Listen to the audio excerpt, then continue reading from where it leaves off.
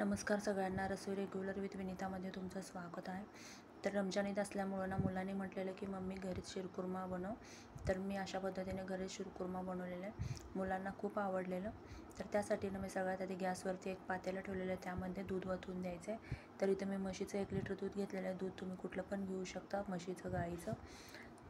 तर त्यामध्ये मी थोडंसं पाणी वतून देते आणि दूध छान गरम करून घेते. तर इकडे दूध गरम होईपर्यंत ना कढईमध्ये ना 1 चमचा तूप ॲड केलेलं. तुपामध्ये ना हे काजू बदामाचे तुकडे कट करून घेतलेले आहे मी.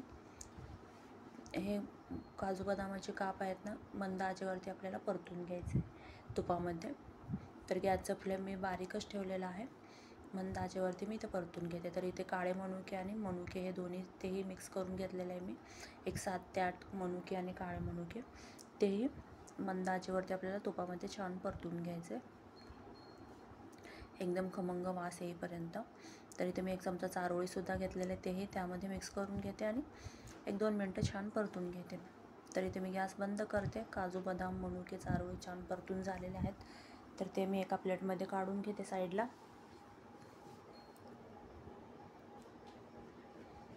तर ते साईडला काढून घेतलेलं आहे. त्याच कढईमध्ये ना मी इथे बारीक शेवया घेतलेल्या आहे. तर 1 चमचा तूप ॲड करायचं, 1 अर्धा चमचा, आणि तुपामध्ये ना आपल्याला हे जे बारीक शेवया आहेत ना ते तुपामध्ये छान परतून घ्यायचं एकदम लालसर होईपर्यंत आणि शेवयाचा छान खमंग वास येईपर्यंत.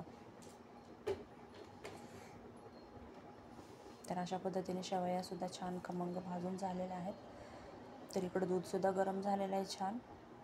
तर इथे गॅसचा फ्लेम मी इथे आता दूध छान गरम झालेलं आहे. त्यामध्ये मी इथे साखर ॲड करते. गॅसचा फ्लेम बारीकच ठेवायचा आहे आपल्याला. तर इथे मी साखर घेतलेलं आहे 1 कप एवढा. त्यामधलं सुद्धा मी थोडंसं काढून ठेवलेलं आहे साखर, बघू शकता तुम्ही. आणि जर तुम्हाला गोड तुमच्या आवडीनुसार कमी जास्त तुम्ही करू शकता. साखर पूर्ण दुधामध्ये छान वितळून घ्यायचं आहे.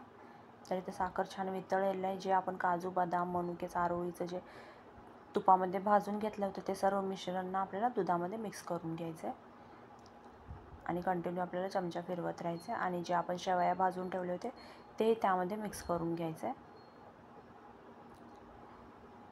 आणि हे सर्व मिक्स केल्यानंतर जवळजवळ आपल्याला एक 10 ते 15 मिनटं आपल्याला दूध अजून जरा छान उकळू द्यायचं आहे. अशा पद्धतीने शेवया छान शिजेपर्यंत. अशा पद्धतीने मी वरून 1 चमचा विलायची पावडरसुद्धा मिक्स करते. आणि अशा पद्धतीने आपला हा शिरकुर्मा बनून तयार झालेला आहे.